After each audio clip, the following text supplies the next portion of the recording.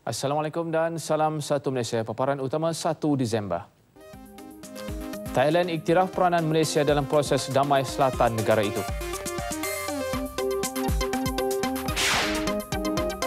KDN cadang sebat mandatori terhadap kekitangan imigresen bersekongkol bawa pekerja asing secara haram.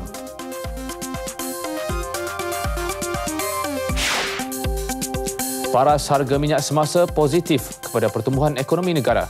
Teruskan dengan perinciannya bersama saya Wal Muhammad Fisol dan Hani Mohili.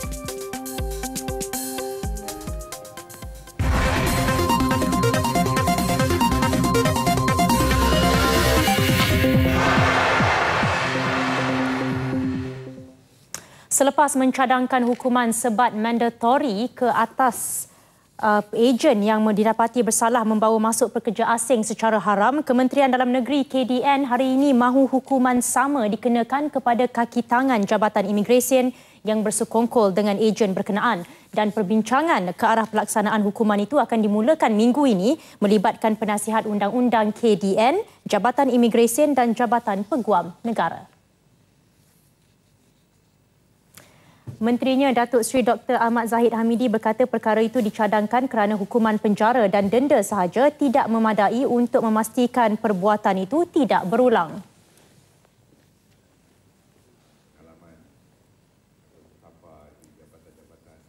Jika ada kolaborasi ini dilakukan dengan orang dalam, maka tidak akan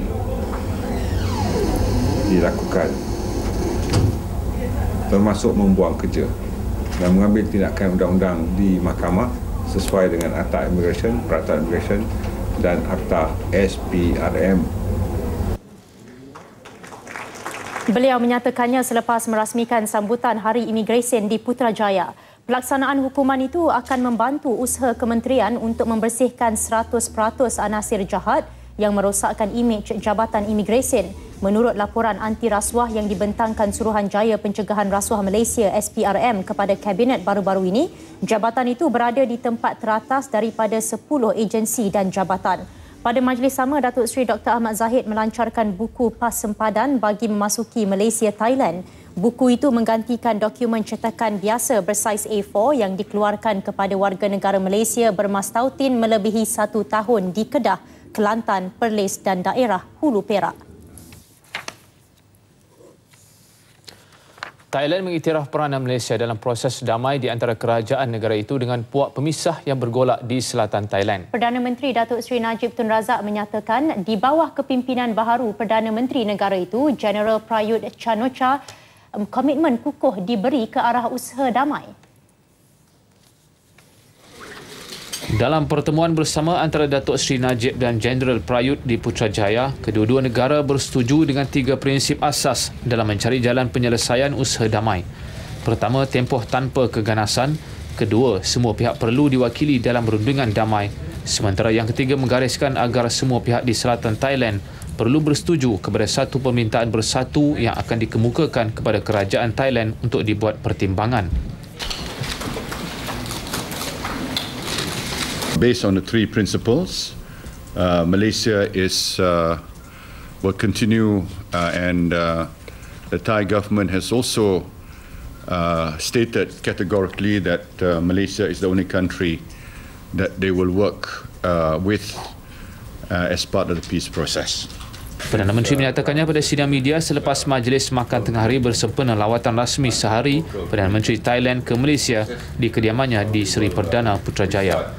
Sebelum ini, proses rundingan damai di antara Kuala Lumpur dan kerajaan Thailand di bawah pimpinan bekas Perdana Menteri Thailand Yingluck Shinawatra dengan Wakil Barisan Revolusi Nasional Patani BRN pernah dibuat sehingga ditangguhkan hampir setahun. Ia berikutan pergolakan politik dan berlakunya rampasan kuasa oleh tentera Thailand pada bulan Mei lepas. Mengenai perdagangan dua hala Malaysia-Thailand, Datuk Seri Najib berkata ada sedikit penurunan dicatatkan tahun ini berikutan kelembapan ekonomi dunia. But we hope that in the coming year we'll be able to increase the value of total trade between our two countries to about 25 to 26 billion US dollars. Thailand welcomes Malaysian investment. Datuk Seri Najib berkata di bawah kawasan strategi pembangunan bersama JDS, Malaysia dan Thailand akan membincangkan isu menstabilkan harga getah bersama Indonesia selain memasukkan Vietnam bagi meningkatkan penggunaan produk berasaskan getah. Jeneral Prayut Chan-o-cha memulakan lawatan rasmi seharinya ke negara ini dengan disambut Timbalan Menteri di Jabatan Perdana Menteri Datuk Razali Ibrahim sebaik tiba di Kompleks Bunga Raya Lapangan Terbang Antarabangsa Kuala Lumpur KLIA kira-kira pukul 10.20 pagi tadi. Delegasi seramai 19 orang turut disertai Timbalan Perdana Menteri, Menteri Luar, Timbalan Menteri Pertahanan, Panglima Tentera Darat, Timbalan Menteri Pengangkutan serta Pegawai Kanan Kerajaan Thailand.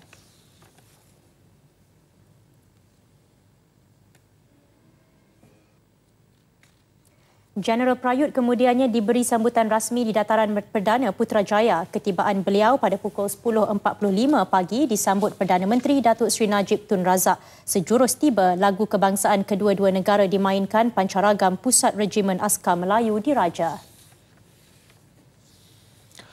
Ketika di Putrajaya juga, Jeneral Prayut mengadakan pertemuan tertutup bersama lebih 100 masyarakat Siam yang berada di Malaysia. Perjumpaan kira-kira sejam ini melibatkan pelajar institusi pengajian tinggi dan ahli-ahli perniagaan di sekitar Lembah Kelang. Ia memberi fokus mengenai peluang baru yang harus diterokai selain membincangkan mengenai permasalahan dalaman, pelbagai bidang dan cara penyelesaian bersama.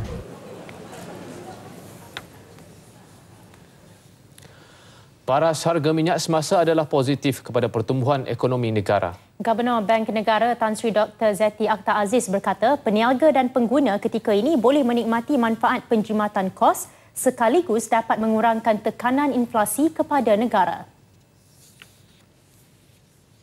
Because consumers, when prices are of such an important item as petroleum and food, they will have more funds left for discretionary expenditure, and therefore the increase in discretionary expenditure and consumption demand on other things will spur growth, and therefore we are able to remain on, the region will be able to remain on a sustainable growth path. Bagaimanapun, beliau berkata terdapat keperluan untuk memantau kejatuhan paras harga minyak global. Ini kerana ia boleh menjejaskan pendapatan kerajaan serta mengurangkan perbelanjaan pembangunan. Petroleum sector, investment in innovation, in exploration and all these other areas will be cut back. And then later, when the price increases, then the supply will be contained because these investments did not take place, and you will have much higher prices than it would have been the case. So these are the scenarios that could unfold. Tan Sri Dr. Zeti bercakap pada sesi dialog Majlis Makan Tengah Hari rangkaian Kelab Perniagaan ASEAN di Ibu Negara. Kenaikan 3 sen harga diesel tidak kekal dan mengikut harga pasaran dunia. Menteri Perdagangan Dalam Negeri, Koperasi dan Kepenggunaan Datuk Seri Hassan Malik menjelaskan beberapa pendekatan baharu akan dilaksanakan bagi mengurangkan kesan kepada pengguna jika terus berlaku kenaikan. Kita akan tengok balik. Kita melalui pengapungan managed float ini, kita tengok berdasarkan pada 1 bulan itu. We monitor the whole of 1 month. So maknanya what we have monitored in November, kita umumkan 1st December. The price for December, inilah dia. Yang kita dah maklumkan tahu lah kan. 220, 230, 255. Berdasarkan kepada harga pasaran dunia. Faktor kenaikan harga diesel berdasarkan pengapungan terkawal yang diumum baru-baru ini. Manakala petrol RON 95 turun kepada RM2.26 seliter, sementara RON 97 juga turun kepada RM2.46. Penguatkuasa KPDN KK akan memantau harga barangan semasa bagi mengelak cubaan menaikkan harga.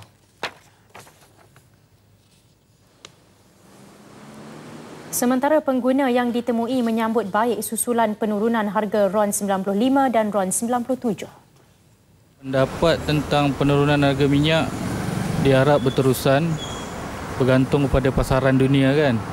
Lepas tu memberi impak yang besarlah kepada perbelanjaan harian, bulanan pada masyarakat kelas pertengahan, kelas bawahan. So diharap kerajaan dapat memberi kadar pengurangan yang bersesuaian dengan taraf hidup. Perbelanjaan tu macam kurang sikit lah. Tapi walaupun tak ketara sangat, tapi macam a bit improve macam sebab kita student, lepas tu dengan nak expenses lain lagi kan. So kalau minyak turun tu macam okey sikit lah. Kita boleh jimat duit sikit pasal minyak turun kan. Dia keadaan turun sana baguslah, tapi kita nak turun lagi banyak. Lagi bagus. Boleh bebanan rakyat boleh kurang lah pasal minyak naik, semua naik. Minyak boleh save agak minyak kan. Kira kita boleh jimatkan kos pendapatan lah macam kan. Boleh kira nak bawa kereta pun, bawa motor pun kira tak saving lah minyak macam kan. Duit pun saving kan, nak isi minyak kan. Sebarang perubahan kepada bidang kuasa Suruhanjaya Komunikasi dan Multimedia Malaysia SKMM dalam memperkasa dan memperkukuh Akta Hasutan 1948 perlu menunggu penambahbaikan dilakukan terhadap akta tersebut. Bagaimanapun, Menteri Komunikasi dan Multimedia Datuk Seri Ahmad Syabri Cik berkata SKMM akan berterusan memantau perkara yang bersifat hasutan yang dilakukan melalui dunia cyber. Ke arah itu, SKMM harus memperkuatkan aspek teknikalnya dalam menghadapi celik cyber yang menyalahgunakan medium itu. Ini bagi membantu proses pembuktian dilakukan oleh pihak berkuasa. Ini adalah merupakan kekuatan teknikal menentang kekuatan teknikal yang lain. Jadi kita kena perkuatkan dari aspek kekuatan teknikal yang ada di dalam SKMM itu. Kalau boleh disekat, dia akan sekat dan akan cuba untuk menutup segala ruang untuk terus menyekat perkara-perkara yang perlu disekat tadi. Jadi ini adalah merupakan perkara-perkara yang perlu diperkuatkan di pihak SKMM itu sendiri. Beliau bercakap kepada media selepas melancarkan animasi Amuse, a Space Series for Kids di Ibu Negara. Dalam pada itu, Datuk Seri Ahmad Syabri berkata Akta Komunikasi dan Multimedia juga perlu dikemas selaras penambahbaikan Akta Hasutan 1948. Mahkamah Tinggi memerintahkan Malaysia Airlines Sistem Berhad MAS dan 4 lagi memfailkan pernyataan pembelaan mereka dalam saman yang difailkan 2 anak lelaki penumpang pesawat MH370. Saman difailkan 2 beradik berusia 13 dan 11 tahun bagi menuntut ganti rugi berhubung kehilangan pesawat itu yang dinaiki bapa mereka dalam perjalanan ke Beijing pada 8 Mac lepas. 2 beradik itu melalui ibu mereka, Eng Pearl Ming, 38 tahun, telah memfailkan saman pada 31 Oktober lepas dengan menamakan MAS, Ketua Pengarah Jabatan Penerbangan Awam DCA, Ketua Pengarah Jabatan Imigresen, Panglima Tentera Udara Diraja Malaysia TUDM dan Kerajaan Malaysia sebagai defendant. Dalam pernyataan tuntutan mereka, 2 beradik itu mendakwa bapa mereka Ji Jin Hang, 41 tahun, penumpang pesawat MH370, telah memasuki suatu kontrak perjanjian penerbangan dengan MAS dalam penerbangan dari Kuala Lumpur pada 12.41 tengah malam dan dijangka mendarat di Beijing pada 6.30 pagi 8 Mac. Plaintiff mendakwa menerusi perjanjian itu, MAS sebagai defendant pertama seharusnya mengambil semua langkah yang wajib untuk memastikan penerbangan yang selamat. Namun telah memungkiri perjanjian itu apabila gagal mendarat di Beijing dan tiada butiran lanjut mengenai pengakhiran pesawat itu sehingga hari ini. Sementara itu, Timbalan Pendaftar Pavani Kasih menetapkan sebelum 15 Disember ini untuk kesemua defendant memfailkan pernyataan pembelaan itu. Sementara itu, ibu seorang penumpang penerbangan MH17 dari Jerman menyaman kerajaan Ukraine di Mahkamah Hak Asasi Manusia di Eropah. Ia berikutan kegagalan Ukraine menutup ruang udara yang sedang berlaku konflik hingga menyebabkan MH17 ditembak jatuh. Wanita itu, Olga L, menuntut ganti rugi $1 juta atas kecuaian dan pembunuhan beramai-ramai. Prosiding bermula minggu lalu. Menurut laporan sebuah akhbar di Jerman, kerajaan Ukraine sepatutnya perlu menutup ruang udaranya kepada penerbangan komersil kerana pertempuran berlaku antara askar kerajaan dengan pemisah pro-Rusia. Beliau menuduh Ukraine gagal berbuat demikian kerana inginkan keuntungan daripada penerbangan yang singgah di negara itu. Dianggarkan 700 penerbangan melalui dan singgah di Ukraine sehari dan mampu untung berjuta dolar sebulan. Ibu mangsa terbabit diwakili Peguam Elma Gimula yang sering mengendalikan kes-kes penerbangan. Gimula berkata pada September lalu beliau mewakili 3 buah keluarga yang terbabit dalam nahas itu. 298 penumpang termasuk anak kapal terbunuh, 2/3 rakyat Belanda, 4 daripadanya rakyat Jerman.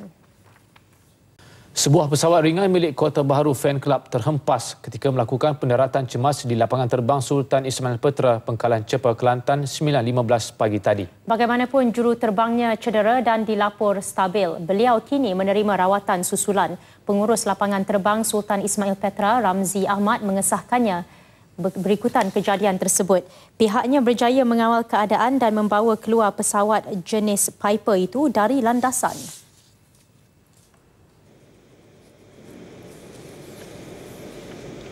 So walau bagaimanapun operasi lapangan terbang masih berjalan seperti biasalah. Sebab kita dah buat pengukuran apa semua. So tak ada isu lah untuk kita memberhentikan operasi penerbangan kita lah. So berjalan macam biasa, tak ada masalah lah.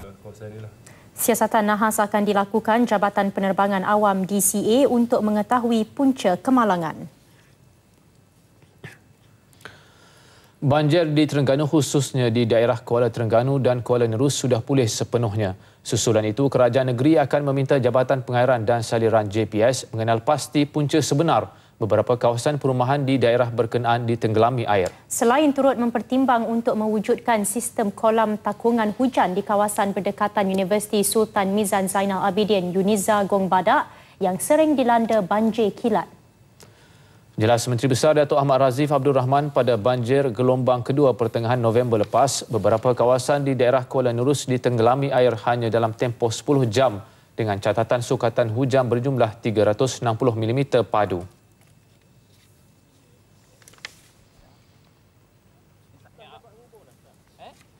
Kita buat macam tanah ni kan. Kita buat satu sistem peparitan yang 100 kaki lebar melibatkan belanja RM 100 juta. Yang ini insya-Allah akan di-awardkan dalam bulan 12 ni. Sedang kita sedang tunggu, kita dah siap semua dah. Kita akan appointkan kontraktornya pada bulan 12 dan insya-Allah mungkin perkara-perkara yang kita laksanakan ini boleh membantu di kawasan Kuala Nerus yang berlaku baru ni. Menurut Datuk Ahmad Razif, kerajaan negeri akan melakukan perancangan teliti dengan mengambil langkah segera atau jangka panjang jika membabitkan kos peruntukan yang tinggi bagi mengelakkan banjir berulang. Beliau menyatakannya di Dungun, Terengganu. Kira-kira 280 keluarga yang menetap di Taman Desa Tanjung Damai Gong Badak merayu agar pihak berkuasa menyegerakan bantuan keperluan terutamanya tilam dan bantal. Ia berikutan hampir kesemua peralatan rumah, perabot dan sebahagian besar peralatan elektrik musnah apabila gagal diselamatkan dalam kejadian banjir 17 November lalu. Banjir luar jangka itu menyebabkan rumah penduduk digenangi air sehingga 1 meter. Ada sebahagian mereka seumpama tinggal sehelai sepinggang apabila tidak dapat menyelamatkan harta benda berikutan air naik begitu cepat. Ramai penduduk terpaksa membuang tilam dan bantal yang rosak. Bagi yang tidak mampu, mereka terpaksa beralaskan lapik tidur yang nipis buat sementara waktu. Ketika ini mereka juga terpaksa mengutamakan membeli kelengkapan persekolahan berbanding keperluan lain.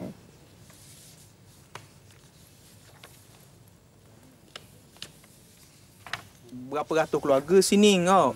Dengan ayah saya sendiri orang tua susah nak pergi mari dengan keadaan dia nak bangun.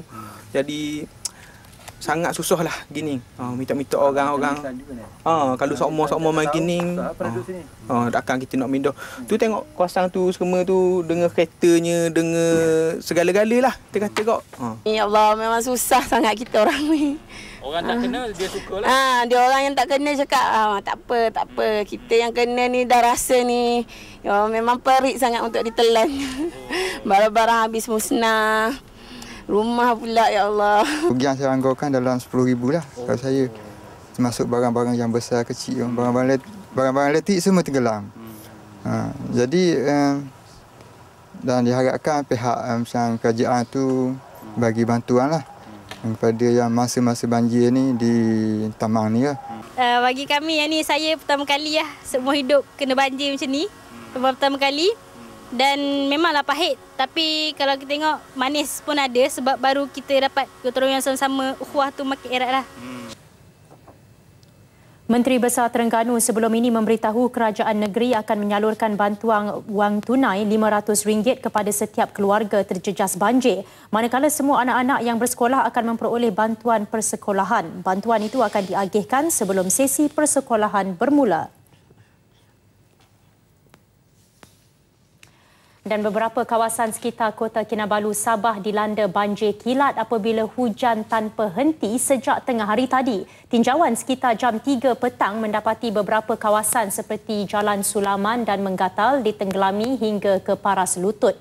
Ketua Polis Daerah Kota Kinabalu ACP M. Chandra ketika dihubungi RTM menjelaskan 70 anggota polis bertugas ketika banjir berlaku. Selain itu, beberapa lencongan juga diwujudkan sebagai jalan alternatif di Jalan Sulaman dan Menggatal. Pameran STEM Remaja Dunia 2014 KLWISE yang diadakan buat pertama kali di Malaysia dijangka meraih jualan bernilai RM16.63 juta. Diadakan bersempena 160 tahun penggunaan STEM POS di Malaysia, pameran itu berlangsung di Pusat Konvensyen Kuala Lumpur bermula hari ini hingga 6 Disember. KLWISE menampilkan 300 pameran daripada 46 buah negara, antaranya India, Qatar, Kuwait dan Korea. Menurut Timbalan Menteri Komunikasi dan Multimedia Datuk Jailani Johari, pameran ini mampu membangkitkan semangat cintakan negara dalam kalangan generasi muda.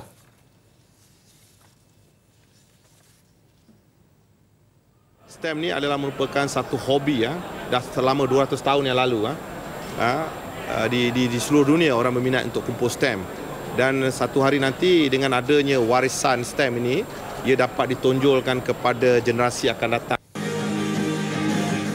6 set STEM lembaran mini khas akan dikeluarkan pada setiap hari pameran dengan tema berbeza, iaitu bangunan warisan, 160 tahun penggunaan STEM di Malaysia, flora, fauna, tarian kebudayaan dan cerita legenda Melayu.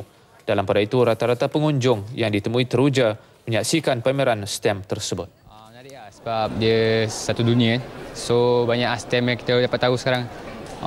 STEM dari US, STEM macam STEM pasal kebudayaan, STEM pasal pakaian. Memang menyeronokkan sebab ada pelbagai negara punya STEM. Dah berminat, banyak negara juga saya beli STEM. Sejak bila kumpul STEM? Saya kumpul STEM dari darjah 1. Baiklah, baguslah pameran ni sebabnya kita boleh tengok STEM dari pelbagai negara. Lepas tu kita boleh mengetahui lebih lanjut lagi lah tentang STEM-STEM yang ada ni. Bermula tahun depan, kerajaan akan memperuntukkan dana RM50 juta bagi membeli semula produk inovasi yang dihasilkan oleh penyelidik terutama di bawah tajaan Kementerian Sains, Teknologi dan Inovasi MOSTI. Menurut Timbalan Menterinya, Datuk Dr. Abu Bakar Muhammad Diah, buyback policy atau polisi membeli semula diperkenalkan bagi mempromosi produk inovasi tempatan selain membantu pasaran produk ke peringkat lebih tinggi. Jelasnya, pihak MOSTI akan membeli dan mengagihkan produk inovasi ke Jabatan Kerajaan mengikut kesesuaian dan keperluan. Kalau ada produk tu dikomersialkan, kita beli kata 500 unit ke ataupun 5 unit bergantung pada harga, kita bagi kepada jabatan kerajaan yang nak menggunakan produk itu. Kalau produk itu sesuai untuk JPJ, kita bagi dekat JPJ. Kalau produk itu sesuai untuk jabatan farmasi, kita pergi farmasi. Kalau dekat hospital, kita bagi ke hospital. Kalau dekat sekolah, kita bagi kat sekolah. Kalau angkatan tentera, kita bagi kat tentera. Kalau polis, kita bagi dekat polis. Di mana dia akan bagi feedback balik kepada kita akan produk ni. Jadi, orang bertambah yakin pasal benda telah digunakan. Beliau berkata demikian selepas merasmikan Expo Inovasi Islam iInova 2014 bagi tahun ke-5 di Universiti Sains Islam Malaysia. Program bertujuan untuk meneroka dan mengembalikan kegemilangan tradisi keilmuan Islam. Sebanyak 160 produk inovasi daripada IPT tempatan dan antarabangsa dipamer.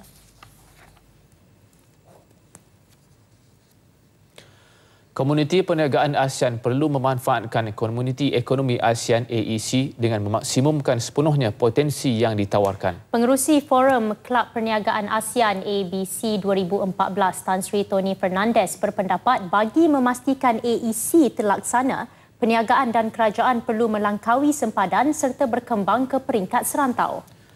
Menurut beliau, institusi ASEAN perlu mengenal pasti kekuatan mereka dan memanfaatkannya untuk mengembangkan lagi komuniti ASEAN. Antaranya usaha Malaysia dalam pasaran pelancongan melalui penerbangan tambang murah AirAsia telah menjadikan perjalanan lebih murah di rantau ASEAN.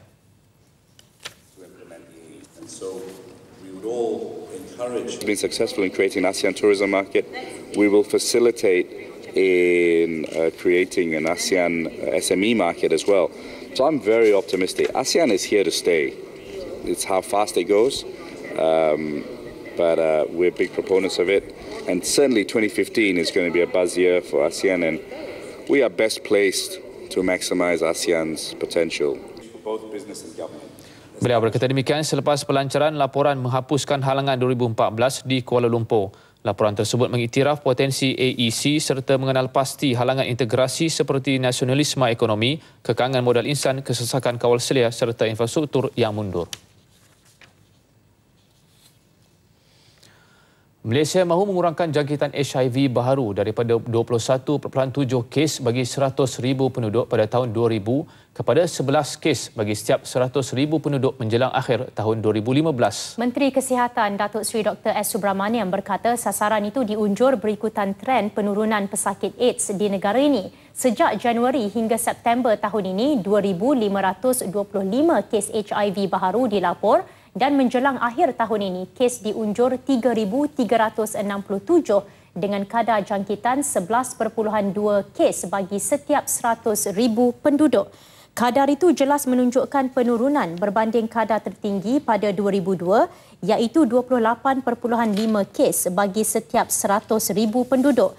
Datuk Seri Dr. S. Subramaniam menjelaskannya di perasmian Hari AIDS Sedunia Peringkat Kebangsaan 2014 bertemakan menuju sifar tanggungjawab bersama. Beliau diwakili Timbalan Pengarah Kawalan Penyakit dan Ketua Sektor HIV AIDS Kementerian Kesihatan Dr. Asyari Ngadiman. Sehingga September lepas, 104,197 kes jangkitan HIV dilapor, 21,111 mengidap AIDS dan 19,918 kematian, menjadikan jumlah mengidap HIV yang masih hidup 87,279 orang. Penekanan penguasaan bahasa ketiga perlu dibudayakan agar seiring pembangunan negara masa kini bukan sahaja bagi memudahkan komunikasi malah dalam penguasaan ilmu pengetahuan. Demikian ditegaskan Menteri Pendidikan II Datuk Seri Idris Yusof. Sebenarnya 3-4 bahasa bukan satu perkara yang aneh. Sebab tu kita untuk dalam proses globalisasi ini kita menggalakkan. Sudah ada banyak sekolah-sekolah kebangsaan yang mengajar bahasa Mandarin dan juga bahasa Tamil. Beliau berkata demikian dalam sidang media selepas merasmikan Seminar Pendidikan Sepanjang Hayat 2014 di PWTC. Seminar ini adalah kerjasama antara Kementerian Pengajian Tinggi dengan Open University Malaysia yang bertujuan menjadi platform dalam membudaya dan memperkasakan pengajian sepanjang hayat dalam kalangan warga negara ini, khususnya golongan berkerjaya. Seminar kali keempat ini menghimpunkan seramai 400 peserta dan 41 orang pembentang kertas kerja dari seluruh negara. 3 individu membabitkan seorang warga tempatan dan 2 warga Thailand dipercayai menyimpan senjata api ditahan dalam satu sekatan jalan raya di kilometer 1.3 Lebuh Raya Utara Selatan berdekatan Bukit Kayu Hitam. Pemangku Ketua Polis Kedah Datuk Zakaria Yusof mengesahkan polis menemui 5 butir peluru yang diletakkan dalam satu beg plastik ubat, manakala sepucuk pistol diserahkan suspek yang diletakkan di dalam beg tangan turut ditemui dadah jenis pil Aramin 5. Suspek mendakwa mempunyai lesen memiliki senjata api yang disahkan di Thailand selain mendakwa ia milik keluarga. Namun pemeriksaan lanjut turut mendapati kedua-duanya dari Thailand yang masing-masing bekerja sebagai pegawai veterina di Songkhla itu tidak mempunyai dokumen perjalanan sah untuk berada di negara ini. Datuk Zakaria memberitahu demikian dalam sidang media di Jitra.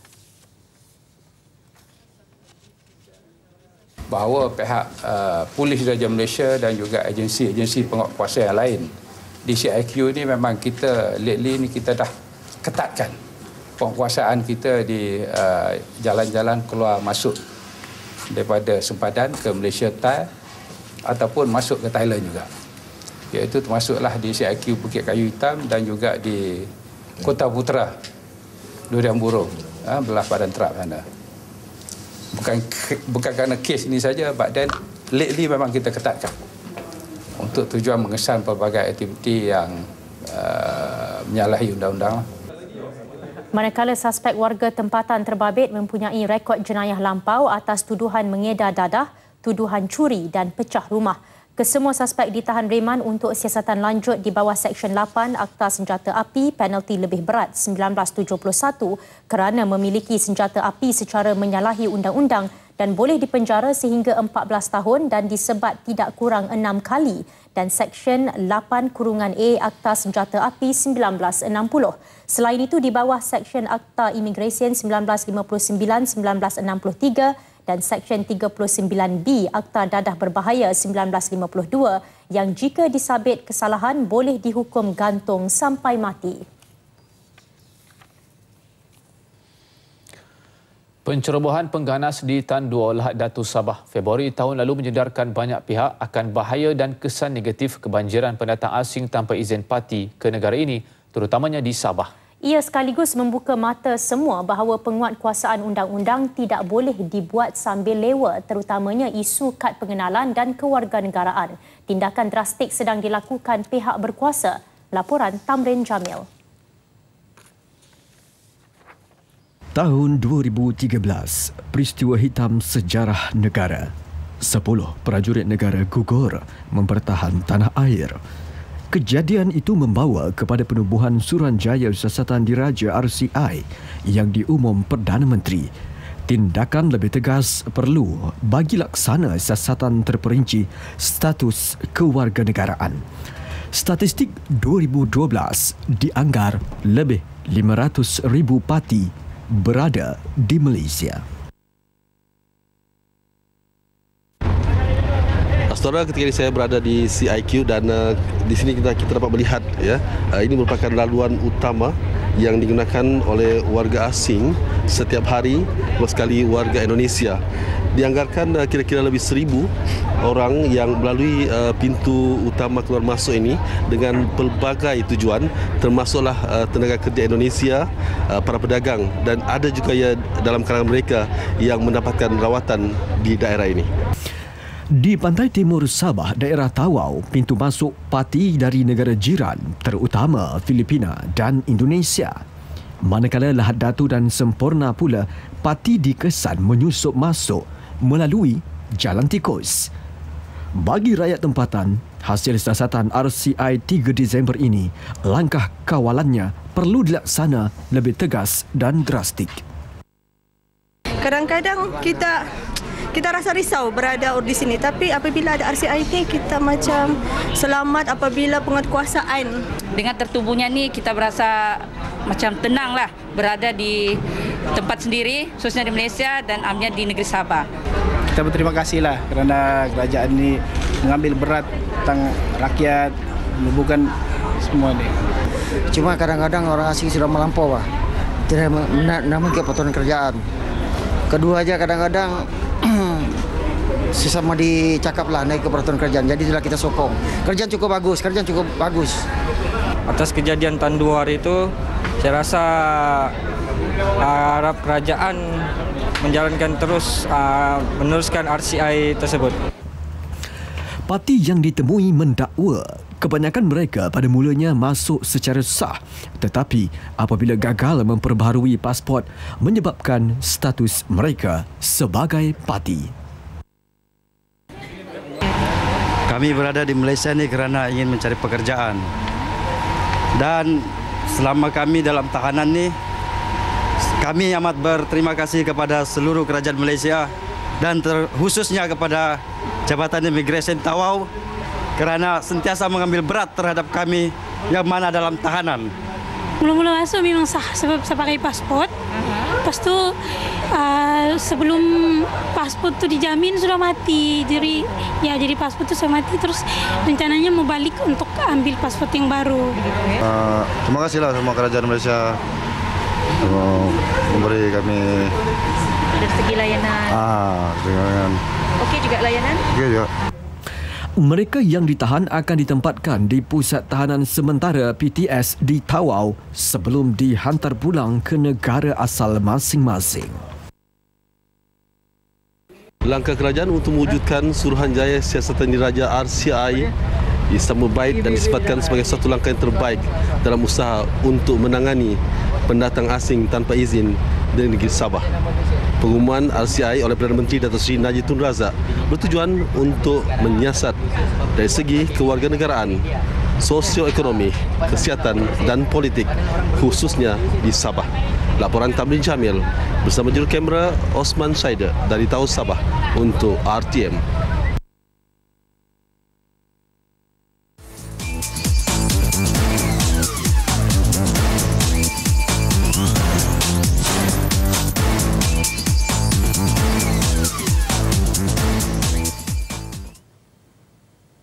Sidang Dewan Negara bagi mesyuarat ketiga penggal kedua Parlimen ke-13 bermula hari ini setelah persidangan Dewan Rakyat ditangguhkan Khamis lepas. Memulakan sidang, dua individu mengangkat sumpah sebagai senator. Mereka ialah Setiausaha Jawatan Kuasa Perhubungan MCA Johor, Chia Song Cheng dan Setiausaha Khas Ketua Menteri Melaka, Koh Chin Han. Upacara angkat sumpah berlangsung di hadapan Yang di-Pertua Dewan Negara Tan Sri Abu Zahar Ujang. Senator Chia Song Cheng, 62 tahun, adalah Ketua MCA bahagian Pulai dan merupakan penasihat kepada 55 badan bukan kerajaan NGO. Beliau juga bekas ahli Dewan Undangan Negeri Pengkalan Rinting dari tahun 2008 hingga 2013. Manakala Senator Koh Chin Han, 44 tahun, berasal dari Melaka dan bergiat aktif dalam MCA sejak 1989. Beliau memegang jawatan sebagai pengerusi MCA bahagian Jasin, Setiausaha MCA Negeri Melaka dan Ahli Majlis Tertinggi MCA Pusat. Perkara yang perlu saya ambil perhatian ialah sepanjang masa yang saya lihat dalam negara Malaysia ini, khasnya di kawasan-kawasan taman. Pendidikan Cina ini dia bukan merupakan satu penghalang kepada perpaduan nasional, tetapi sebaliknya dia akan merupakan satu penyokong, satu pendorong.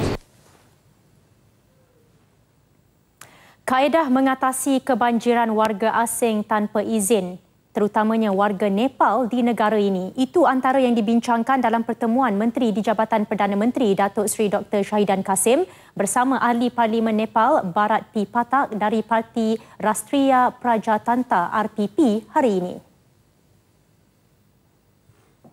Dalam pertemuan hampir sejam itu, Pathak bersetuju dengan tindakan kerajaan Malaysia yang memandang serius terhadap isu pendatang asing tanpa izin parti. Beliau turut meminta semua pekerja warga Nepal tanpa permit dan pasport supaya menyerah diri kepada kedutaan Nepal di Kuala Lumpur bagi mendapatkan bantuan penghantaran pulang. They have to go back. They have to respect the law of the land. Our government encourage them to go back. And embassy provides all sort of helps for our people. Dalam pada itu, Datuk Seri Dr. Shahidan menjelaskan pertemuan dan perbincangan bersama wakil kerajaan Nepal mengenai isu terbabit telah beberapa kali diadakan. Ahli Parlimen Nepal yang hadir pada ini, yang dia telah menyebut berkali-kali bahawa mana-mana orang-orang Nepal yang tidak pasportnya sudah pun tamat dan mereka tak boleh duduk ni secara haram, naklah balik ke Nepal, di mana embassy Nepal akan uruskan pasport sementara dan selepas itu mereka boleh mohon untuk datang kembali. Selain Nepal, perbincangan teliti mengenai isu parti juga dilakukan bersama wakil Indonesia dan Bangladesh. Dalam sesi soal-jawab, ahli-ahli Dewan Negara hari ini diberitahu polis membuka 14 kertas siasatan berkaitan kesalahan penyebaran fitnah di laman sosial dan cyber tahun ini. Daripada jumlah itu, 5 kes masih dalam siasatan dan 2 kes telah didakwa di mahkamah. Bagi kes yang tuduh di mahkamah, 1 kes masih dalam pembicaraan dengan memberi jaminan terlepas dan dijamin dengan RM4,000 dan 1 kes telah dijatuhkan hukum denda RM10,500 pada 20 November 2014. Penjelasan itu menjawab soalan Senator Tan Sri Muhammad Ali Rustam. Dalam pada itu, Senator Dato' Adam Abdul Hamid pula mengemukakan pertanyaan mengenai keselamatan di perairan Zon Selamat Timur Sabah (S-Zone). Dato' Dr. Wan Junaidi menegaskan kerajaan memberi jaminan bahawa kawasan itu selamat. Bagaimanapun akan sentiasa mengambil langkah berjaga-jaga seperti membekalkan peralatan canggih kepada anggota-anggota keselamatan bagi menghadapi sebarang kemungkinan.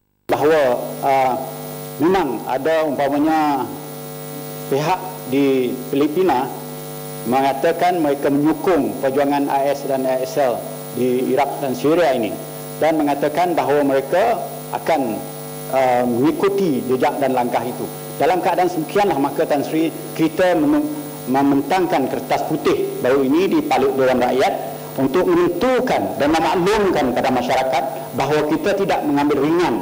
Walaupun dalam keadaan Sabah yang kita katakan jamin keselamatannya ini, kita tidak mengambil ringan dan enteng perkara ini akan mengangka memberi maklum kepada masyarakat keseluruhannya dengan kertas putih itu dan merancang untuk mengubalkan satu undang-undang yang bakal kita bawa ke Parlimen ini nanti untuk disokong oleh ahli-ahli yang berhormat. Beliau juga memaklumkan 10,969 rakyat Sabah berkhidmat dengan pasukan polis sehingga Oktober lepas. Daripada jumlah itu, 826 orang merupakan pegawai kanan polis, 9,064 pegawai rendah dan 1,079 lagi kaki tangan awam.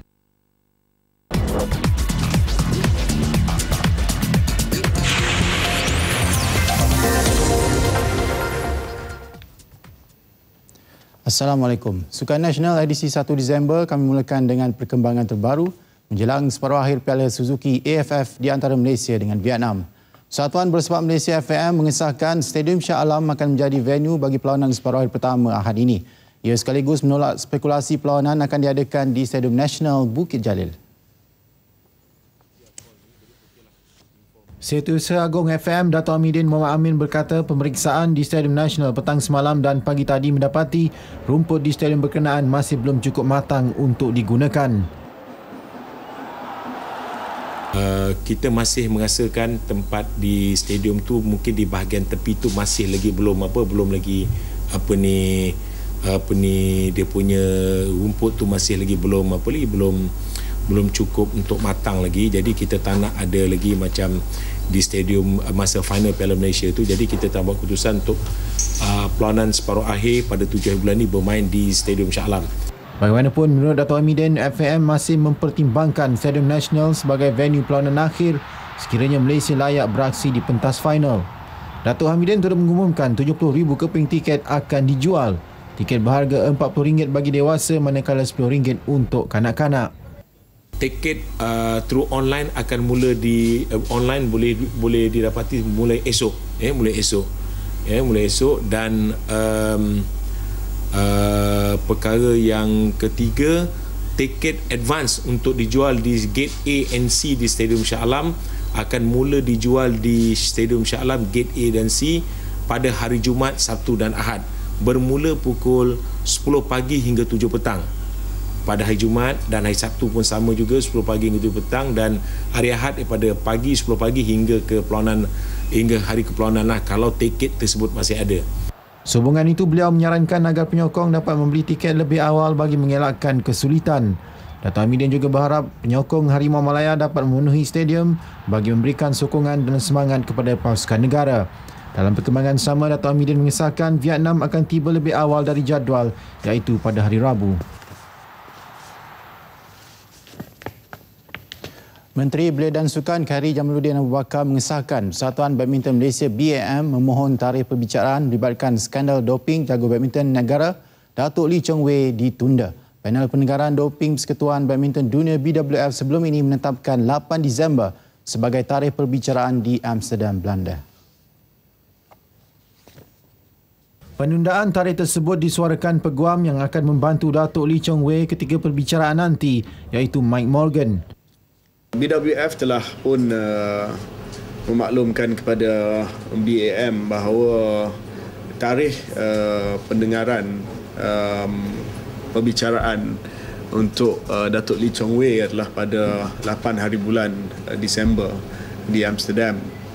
Namun demikian, peguam untuk Lee Chong Wei yang dilantik oleh pihak BAM sendiri telah menulis ke Persekutuan Badminton Dunia BWF supaya sesi perbicaraan tersebut dapat ditangguhkan, dapat ditunda untuk peguam tersebut menyediakan kes pertahanan Chong Wei yang lebih terperinci lagi. Bagaimanapun, BAM masih belum menerima sebarang jawapan dari BWF berkenaan pindaan tarikh perbicaraan. Datuk Lee Chong Wei ketika ini digantung sementara BWF daripada menyertai sebarang kejohanan sehingga selesai kes perbicaraannya. Pemain kelahiran Pulau Pinang itu disahkan positif mengambil bahan terlarang dexamethasone di kejohanan dunia 2014 di Copenhagen Ogos lalu. Kejayaan pasukan Hoki Terengganu THT merangkul trofi sulung Liga Hoki Malaysia MHL 2014 semalam nyata membuka mata kerajaan negeri itu. Kerajaan negeri Terengganu bercadang membina stadium hoki baru di kawasan Kompleks Sukan Gong Badak tidak lama lagi. Jelas Menteri Besar Terengganu Datuk Ahmad Razif Abdul Rahman, pembinaan stadium tersebut bertepatan dengan kesungguhan kerajaan negeri untuk menganjurkan kejohanan bertaraf antarabangsa pada masa akan datang. Malah aspek pembinaan dan kemudahan stadium hoki itu nanti mengikut piawaian yang ditetapkan Konfederasi Hoki Malaysia KHM serta Persekutuan Hoki Antarabangsa. Kerajaan negeri sedang mengadakan perbincangan untuk kita nak mengadakan lagi stadium hoki. Mungkin juga kita akan fokus di Kompleks Sukan Gong Badak. Kita akan melihat lagi ada kesesuaian atau tidak untuk kita bina sebuah atau dua buah lagi stadium supaya bila kita mengadakan kejohanan di peringkat antarabangsa nanti. Pengumuman Datuk Ahmad Razif itu didungun adalah selaras dengan kecemerlangan ditunjukkan pasukan hoki negeri melalui pasukan THT dengan muncul juara buat kali pertama dalam Liga Hoki Malaysia pada penyertaan sulungnya musim ini. Kemenangan tersebut sekaligus menamatkan penguasaan selama 8 tahun KLHC dalam Liga MHL. Malah atas kemenangan bersejarah itu, Menteri Besar akan meraihkan serta memberikan durian runtuh kepada pemain serta pegawai THT selepas berakhirnya persaingan merebut Piala Hoki Malaysia pertengahan Disember ini. Pasukan softball wanita Universiti Tun Hussein Malaysia UTHM menjuarai kejohanan Liga Softball Institusi Pengajian Tinggi IPT 2014. UTHM menumpaskan Universiti Utara Malaysia UUM petang semalam. Kejohanan yang berlangsung di Padang Softball Politeknik Sultan Abdul Halim Muazzam Shah di Jitra itu menampakkan aksi seimbang kedua pasukan. Namun pada akhirnya UTHM Kenalian Aniza Mesri muncul juara untuk membawa pulang piala kejohanan dan medal. Naib johan milik UUM sementara Universiti Pendidikan Sultan Idris di tempat ketiga. Mencapai kejayaan. Yang pertama kali kita dapat johan masuk final, inilah semangat yang kena. Dan harap semua player-player selepas ini akan terus berusaha hingga mencapai tahap yang lagi tinggi. Bagi kategori lelaki, UPSI muncul juara menewaskan UTHM manakala UUM di tempat ketiga.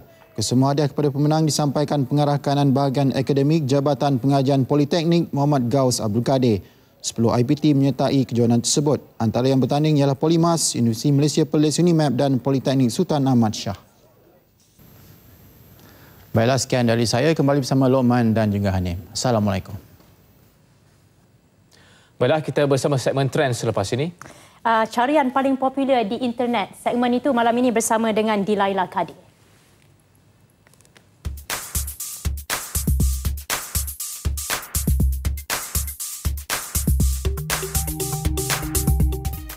Sebelum Nasional 8 berakhir, alihkan perhatian anda 5 minit bersama saya, Dilaila Kadir, untuk mengetahui apa topik carian paling popular di Yahoo Malaysia. Bola sepak Piala AFF Suzuki masih lagi menduduki senarai teratas carian Yahoo Trending.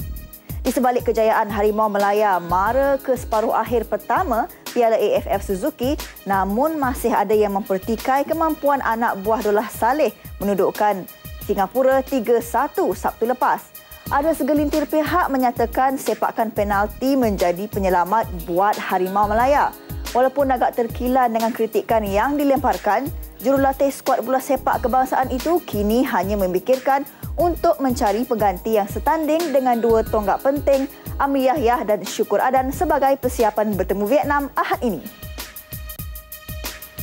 Carian kedua tertinggi Twitter Malaysia Airlines. Tawaran promosi berbunyi "Want to go somewhere but don't know where" bersama Malaysia Airlines telah mencetus kemarahan ramai.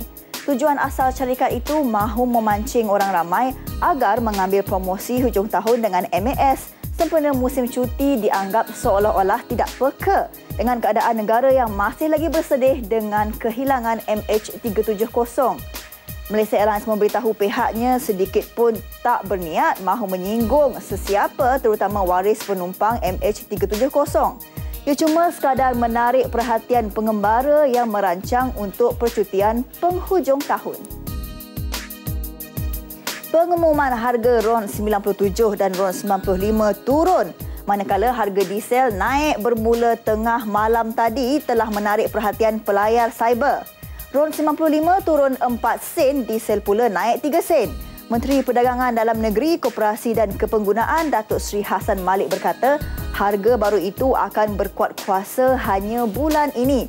Kerajaan akan mengikuti perkembangan pasaran harga, produk kos setiap masa serta kadar pertukaran mata wang untuk menetapkan harga runcit petrol dan diesel bagi bulan-bulan berikutnya.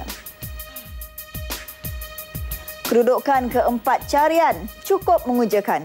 Teaser filem Star Wars episod ke-7 The Force Awakens yang menyuntik elemen permainan Lego bukan saja menduduki senarai dalam kedudukan 5 terbaik carian, malah di YouTube juga telah menarik tontonan lebih 27 juta pelayar cyber. Saksikan klip comel ini.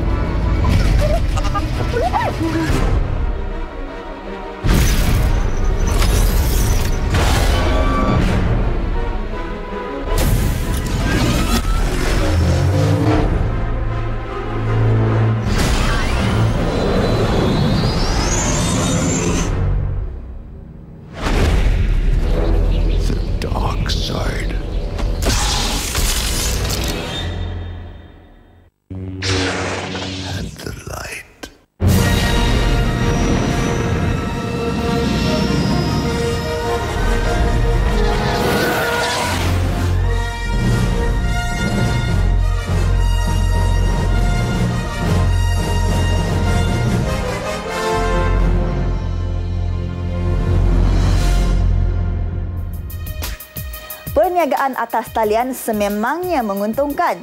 Carian enjin mendapati jualan menerusi cyber membantu pengguna memperoleh fashion terbaru maupun jenama terbaru yang belum ada di pasaran.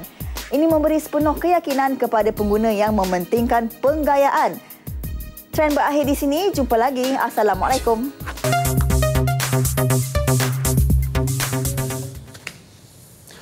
Baiklah, Nasional 8 berakhir di sini.